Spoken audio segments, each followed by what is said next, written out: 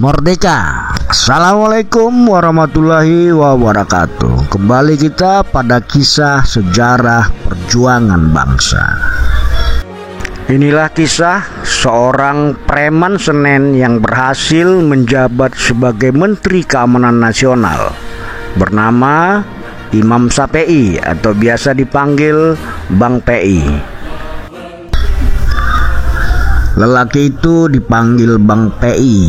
Tubuhnya tak terlalu besar, sedang-sedang saja, bahkan dapat dikatakan agak kecil. Pria tangguh ini dilahirkan di Jakarta tepatnya tanggal 27 Agustus 1923. Lahir di Kampung Bangka, Kebayoran Baru, Jakarta Selatan. Orang tuanya memberi nama Imam Sape'i. Pada usia 4 tahun, Bang Pi harus menjadi yatim. Ayahnya tewas oleh tebasan golok lawannya saat ingin merebut Pasar Senen. Setelah ayahandanya meninggal, Sape'i dititipkan di rumah Habib Qodir Al-Haddad, ulama yang cukup terkenal. Selama tinggal bersama Habib Qodir Al-Haddad, Sape'i belajar ilmu bela diri dan ilmu agama. Sape'i ingat benar tentang kematian bapaknya, dan ia bertekad untuk dapat membalas dendam kematian orang tua yang sangat ia cintai. Sape'i terlihat rajin dan serius berlatih silat. Beberapa tahun di rumah Habib Qodir Al-Haddad, Sape'i kemudian memutuskan untuk tinggal bersama bibinya bernama Zainab, yang kesehariannya berdagang di Pasar Senen. Sejak saat itu, keseharian Sape'i lebih banyak dihabiskan di Pasar Senen. Kemampuan Sape'i menguasai silat membuat dirinya disegani oleh teman-teman sebaya. Kemudian ia tumbuh sebagai pemimpin bagi teman-temannya. Untuk menguatkan posisi, Sape'i membentuk sebuah geng yang anggotanya terdiri dari anak-anak seusianya yang berada di Pasar Senen. Geng pimpinan Sape'i bergerak serabutan. Bahkan tidak jarang Bang Pi mengumpulkan beras dan sayur mayur yang nantinya akan ia berikan kepada ibu dan kedua adiknya. Tapi naas, suatu ketika Bang Pi tertangkap dan dituduh mencuri. Kemudian dia dijemploskan ke penjara lok khusus anak-anak di Tangerang. Setahun lamanya Bang Pi terkurung dalam penjara. Kehidupan penjara membuat Bang Pi semakin matang dan percaya diri. Bahkan ia tumbuh sebagai jagoan penjara ketika ia mampu mengalahkan jawara penjara yang berasal dari suku Ambon. Usai menjalani hukuman penjara, tak ada pilihan lain bagi Sape'i selain kembali ke Pasar Senen, bergabung dengan sahabat-sahabat lamanya. Untuk lebih meyakinkan dan memperkuat pertahanan dirinya, Sape'i kemudian berangkat ke Kalimantan untuk belajar ilmu bela diri di Kalimantan. Merasa telah menyelesaikan kegiatan di Kalimantan, Sape'i kembali ke Pasar Senen. Kala itu terdapat seorang jawara yang bernama Muhayyar, berasal dari Cibeduk, Bogor. Suatu ketika Sape'i terlibat perkelahian dengan Muhayyar. Pertarungan Sape'i yang bertubuh kecil nampak tak seimbang. Sape'i berusaha mengelak kesana kemari menghindari serangan Muhayyar. Pada sebuah kesempatan, Sape'i melompat ke lapak sayur dan dengan gerakan silatnya, Sape'i menerjang ke arah Muhayyar. Sebilah pisau menusuk Muhayyar. Jagoan Pasar Senen itu terkapar di tangan Sape'i. Ternyata Muhayyar adalah anak dari Ayub, orang yang telah membunuh ayahnya Mugeni. Lunas sudah hutang nyawa, berbayar nyawa. Sejak saat itu Sape'i mulai dikenal dengan nama panggilan Bang Pi, menjadi jawara Pasar Senen. Bang Pi memiliki keunggulan lain dari preman-preman yang ada pada masa itu. Bang PI memiliki kemampuan memimpin dan mengendalikan para preman Senen.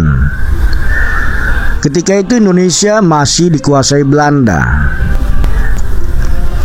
Bang PI mendirikan organisasi copet rahasia yang ia namakan Komplotan 4 Sen. Sebuah organisasi yang ditata secara rapi oleh Bang PI, di mana setiap anggota wajib menyetor penghasilan mereka paling sedikit 4 sen yang nantinya akan digunakan untuk keperluan organisasi. Setelah Jepang menduduki Indonesia, pemerintah Jepang mulai merekrut banyak penduduk untuk menjalani Romusa. Janji manis Jepang terasa sangat menggiurkan sehingga banyak warga yang mendaftarkan diri mengikuti Romusa. Namun pada akhirnya para pekerja Romusa mulai tak terdengar kabar beritanya, entah hidup entah mati. Sementara kondisi keluarga yang ditinggalkan hidup dalam kondisi yang sangat memilukan. SAPI mulai tergerak hatinya untuk membantu ekonomi para anggota keluarga korban kerja paksa atau Romusa.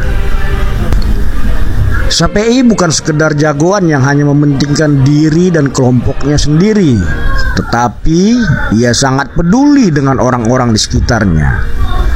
Pada akhirnya SAPI dan kawan-kawannya mulai terlibat dalam suasana perjuangan revolusi kemerdekaan. Kelompok Bang PI sering melakukan penculikan terhadap para serdadu Jepang. Amarahnya pada Jepang demikian tinggi. Setelah Jepang menyerah pada sekutu pada tanggal 15 Agustus 1945, Soekarno dan Hatta memproklamirkan kemerdekaan Indonesia 17 Agustus 45. SAPI membentuk pasukan organisasi pejuang Indonesia yang ia namakan OPI, beranggotakan para preman, tukang copet, pemuda dan pelajar, terlibat langsung dalam membela tanah air bersama Laskar Senen di bawah pimpinan Daan Anwar.